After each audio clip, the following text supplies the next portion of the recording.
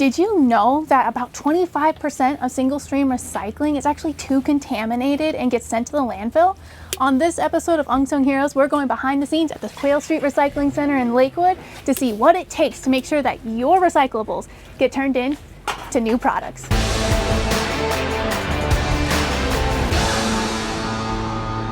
So I'm here with Raevyn, one of our wonderful site attendants here at Quail Street. So tell me, Raevyn, when people come and bring their recycling, they'll see you or another site attendant. What is your role here? The main role that we have is that we try to educate people on recycling and try to help them out and make sure that their items find the correct spot that they're going. When people come here, all of their recycling does have to be sorted, so we help them make sure that they get it in the right spot. If it's something that we don't take, like styrofoam or something along those lines, we have a list of resources. We try to help them find a location that they can take those items. We spend a lot of time over at the cardboard, just loading cardboard into the compactor. We get lots of cardboard here. I think last year we got 356 tons of cardboard. So you mentioned that when people arrive, they already have to have their recycling sorted. Why does the Quail Street Recycling Center in Lakewood do sorted recycling? It just makes the whole process a little easier, both on our side and for the recycling partners that actually process everything.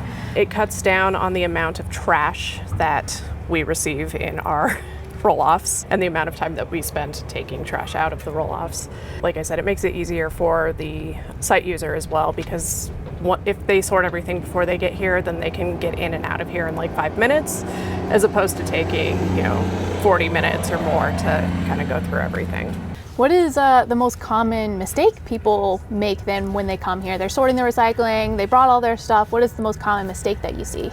I think the most common mistake is that we get people who think that all plastic is recyclable if it's got the little number on it. That's not the case.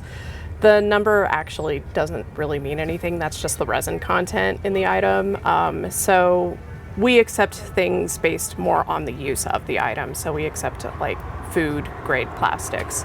The other most common mistake I see is they don't always know what corrugated cardboard is. So they think that like cereal boxes go in the cardboard and then like moving boxes go in the paper. So we always try to educate them on that as well. How is working here meaningful to you? I really like being outside. I like that I keep moving. I get to interact with people, and I get to, kind of help try to save the planet a little bit while I do it. So, and I get to, people, they're trying to do their role. They're trying to do their best and do the things that they can, and I really appreciate that. So why do you think having this recycling center for Lakewood is important to the community?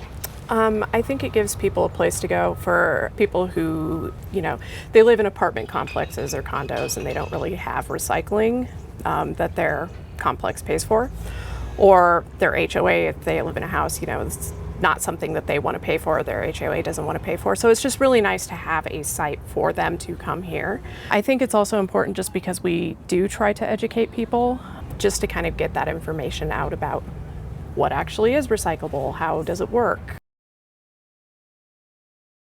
So we brought a few items today. Let's play a quick game of Is It Recyclable?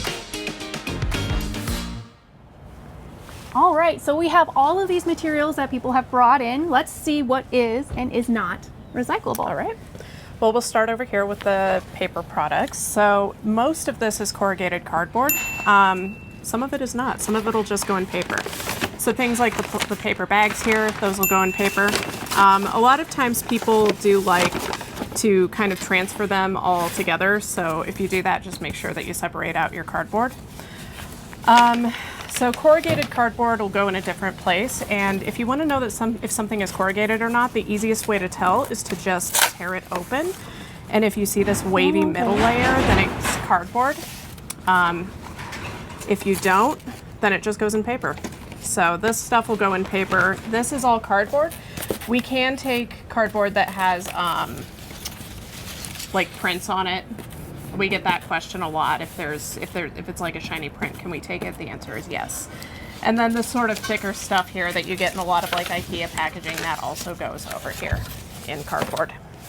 Perfect. That was great knowledge about the paper and the cardboard. Yeah, that's the easiest way to tell in my opinion. So we got a lot of potential plastics here. Yes. So what is recyclable from here? So we can't take anything that had like potentially dangerous chemicals in it. So no like Drano, Roundup, WD-40, none of that we can take.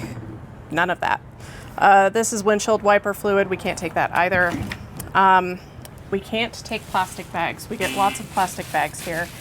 And unfortunately, we can't take them, nor can we take things like plastic silverware, drink cups from, you know, like fast food locations, that sort of thing. So some things that we can take, we don't have a huge assortment here, but we can take more than these things, but we can take like food jugs, so milk and water jugs. These kind of weird Tetra Pak things, these actually just go in plastic. We get the question a lot if they're paper or plastic. They are plastic.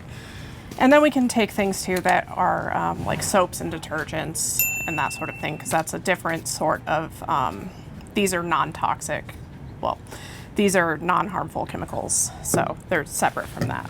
So then the reason why, even though this looks like a nice thick plastic that could potentially be reused into a new plastic, Yeah. it can't be recycled Because of what was in it. okay, Yeah. because of the toxic chemicals. Yep. But these ones can because These ones of... can, because of what was in them. Perfect. For scrap metal, we take lots of items. We take aluminum foils, pans, food cans, a lot of other items we can take. We can take like old grills, water heaters, that sort of thing. We can't take any like propane tanks or anything like that. The aluminum beverage cans we take, but they actually go in a different container than the rest of the metal. So believe it or then not. for like these guys, do you have to take the label or the paper off of them first? You can if you want, but it's not required. Yeah. If you want to put that in the paper, that it's not a bad thing. Yeah. But sorry.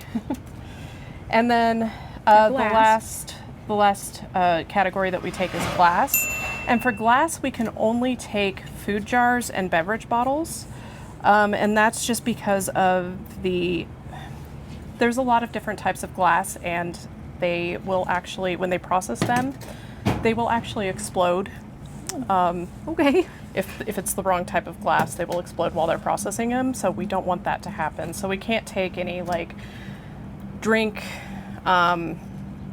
drinking glasses, no candle glass, no window glass, nothing like that. People like to throw ceramics in the glass as well. We don't take any ceramics. So for glass, these are the only two types of items that we can take. The color of the bottles does not matter. We can take any color. So. And then again, the paper on it is okay. That's fine. You don't have to worry about that. This was such great information, and I know so much more about recycling now, and it was so great to meet you. Thank you so much for being one of our unsung heroes.